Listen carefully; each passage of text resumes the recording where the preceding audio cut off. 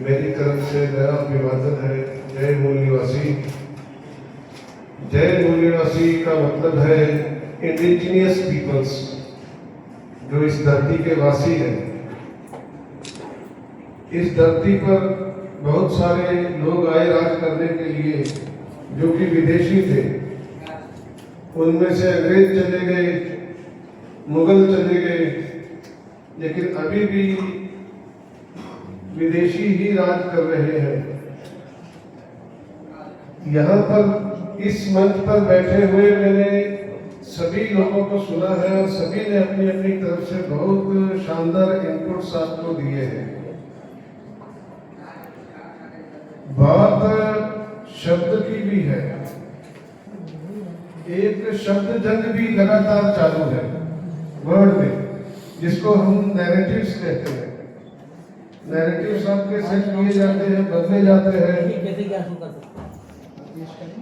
आपके सामाजिक नैरेटिव्स को पॉलिटिकल नैरेटिव्स में चेंज किया जाता है।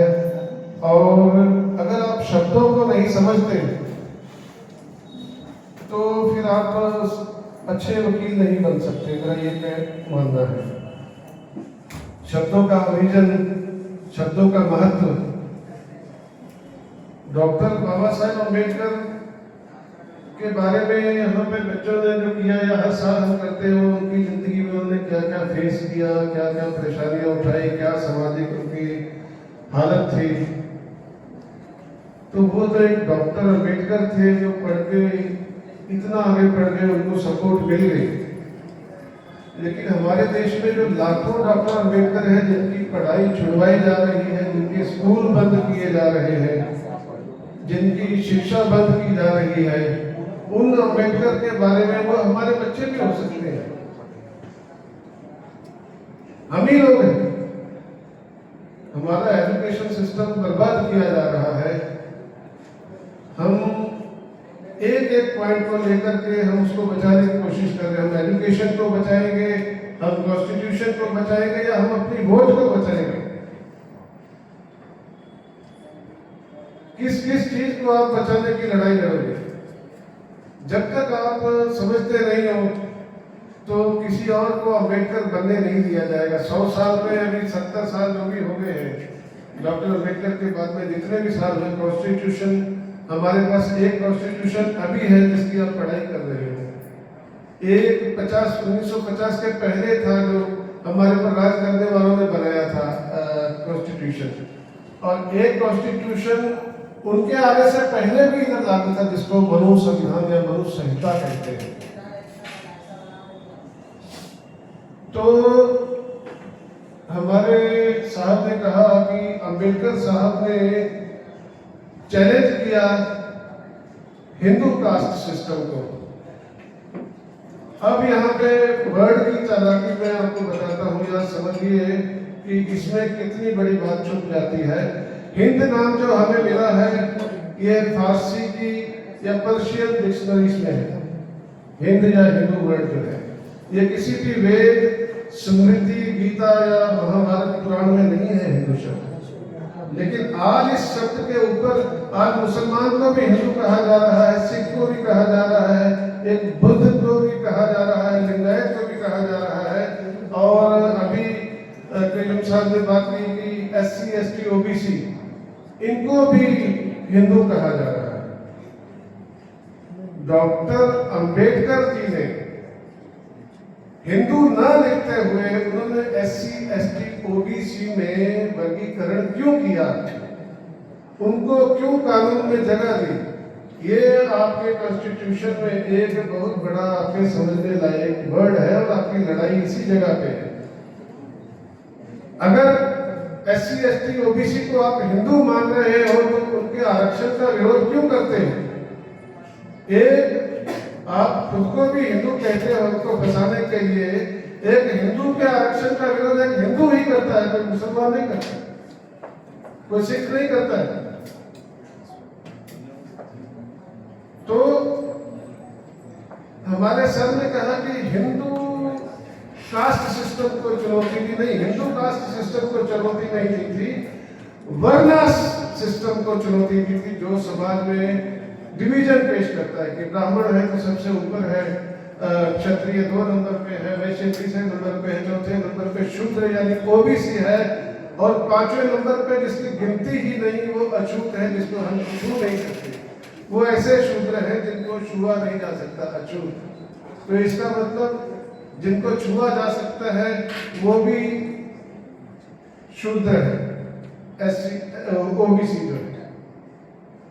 यानी अगर हमने अपनी कुंडली अगर किसी ने बनवाई है इस्लामिक सिस्टम में तो नहीं बनती, लेकिन ब्राह्मणवाद के कारण सिखों में भी बहुत सारे घरों में कुंडलियां बनी है, जन्म कुंडलियां बनी है, तो उसमें जो वर्गीकरण किया गया है वो मनुष्य का वर्ण उसमें शूद्र लिखा गया है और गण जो है वो राक्षस लिखा गया है।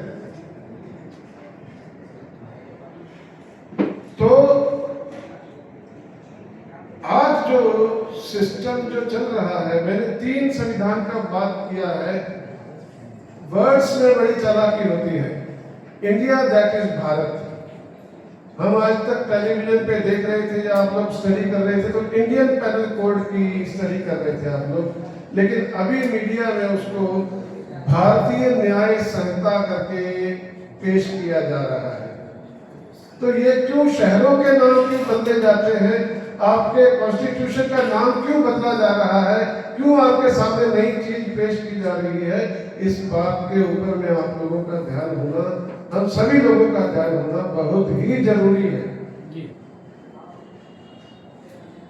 तो मेरी निगाह में आज लोग संविधान के खिलाफ बात करते हैं, आरएसएस जैसी संस्थाएं हैं, उनके वो लीडर्स होते हैं या उनके जैसे हैं तो वो कुछ भी बोलते हैं और बोलते हैं हमको ये संविधान नहीं चाहिए, हमको मनु संविधान चाहिए, यानी मनु संहिता की बात करते हैं।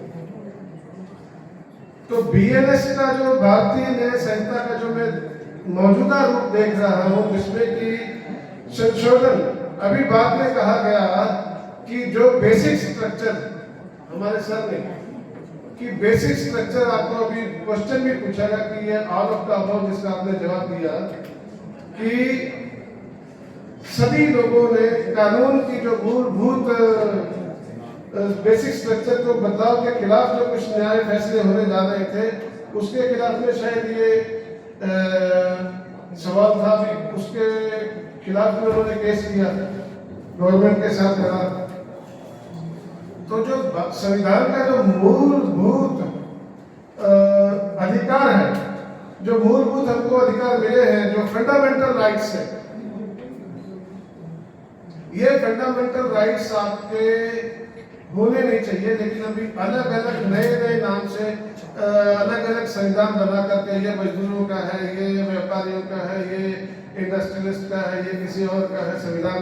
तो ऐसे संविधान में जो फंडामेंटल में जो आपके फंडामेंटल राइट्स हैं उनमें तब्दीलियां हो चुकी हैं और जिसको शायद पढ़ाया भी जा रहा है, जो अभी तक लागू नहीं हुए। तो डॉक्टर अंबेडकर जी को हम याद करते हैं, तो इस समय हम डॉक्टर अंबेडकर जी को याद करके उन्होंने कितनी तकलीफें उठाई वो नहीं, हमको याद करना चाहिए उन्होंने किस चीज के लिए फाइट किया, किस चीज के लिए लड़ाई किया। हमारी लड़ाई सिर्फ संवैधानिक नहीं है, सामाजिक भी है। उनको जो परेशानियां हुई वो सामाजिक स्थिति के कारण, परिस्थितियों के कारण, जो समाज में जो चल रही व्यवस्था थी उसके कारण था। तो उन्होंने व्यवस्था परिवर्तन के लिए इतना मजबूत संविधान तैयार किया। तो जैसे लोहे को लोहा काटता है, आज अगर कोई संविधान बदलने की बात करता है तो सभी लोग कपड़े फाड़ के उसके पीछे पड़ जाते हैं। ये संविधान नहीं बदला जा सकता, संविधान की किताब नहीं बदली जा सकती, लेकिन संविधान में अगर कुछ नए करके संविधान लागू कैसे होता है, आज हम देखते हैं आप लोग फाइट करते हो। अभी मैडम जी ने संविधान के बारे में समझाया कि कैसे गोली चलती, कैसे फॉरेंसिक है, कैसे वो ये है, उन्होंने वर्गीकरण करके बताया। तो संविधान में अगर ऐसे कानून बना दिए गए हैं उनमें छोटी छोटी बातें जो आपके फंडामेंटल राइट्स को कैंसिल करती है। आपको सिर्फ अगर जवाब देना है, आपको किसी से न्याय लेना है, तो एक तहसीलदार के लेवल के ऊपर या सब एसडीएम के लेवल के ऊपर आप अपील नहीं कर सकते। आजकल ऐसे कानून अमल में लाए जा रहे हैं और बना दिए गए। तो ये फंडामेंटल राइट्स को सीधी सीधी चुनौतियां हैं जो कि डेलीब्रेटली की गई है, डीठताई से। हमारे पहले बोलने वाले सरफराज जी ने और मैडम जी ने कि सरकारें बेशर्मी से काम कर रही है। क्या क्या हो रहा है? हमारे देश का विभाजन हुआ वो कोई सामाजिक कारणों से नहीं हुआ था। हालांकि उसको मीडिया के द्वारा सामाजिक लड़ाई या धार्मिक डिवीजन बताया गया, लेकिन हमारी स्टडी के मुताबिक ये वोट का मामला था। अगर मुसलमानों को इस देश से निकाला नहीं जाता, विभाजन नहीं किया जाता, तो इनका जो सोचा हुआ हिंदू राष्ट्र नाम का जो राष्ट्र है, हालांकि ये सेक्युलर नहीं है, ये कहते हैं सेक्युलर वर्ड हटाओ, सेक्युलर वर्ड इसमें से हटेगा तो हिंदू राष्ट्र बन सकता है, क्योंकि सेक्युलरिज्म में सभी आते हैं, SC ST OBC माइनॉरिटीज, और उसमें ब्राह्मण भी आते, ब्राह्मणवाद भी आते, सभी आते, सभी को हक है सेक्युलरिज्म में। लेकिन उसके बाहर जो आपके हालात हमारे जो किए जा रहे हैं, संविधान के द्वारा ही प्रोटेक्ट किया जाता है समाज की कुरीतियों को, और वो हमको सिस्टम में धकेला जाता है। भ्रष्टाचार किसको बोलते हैं?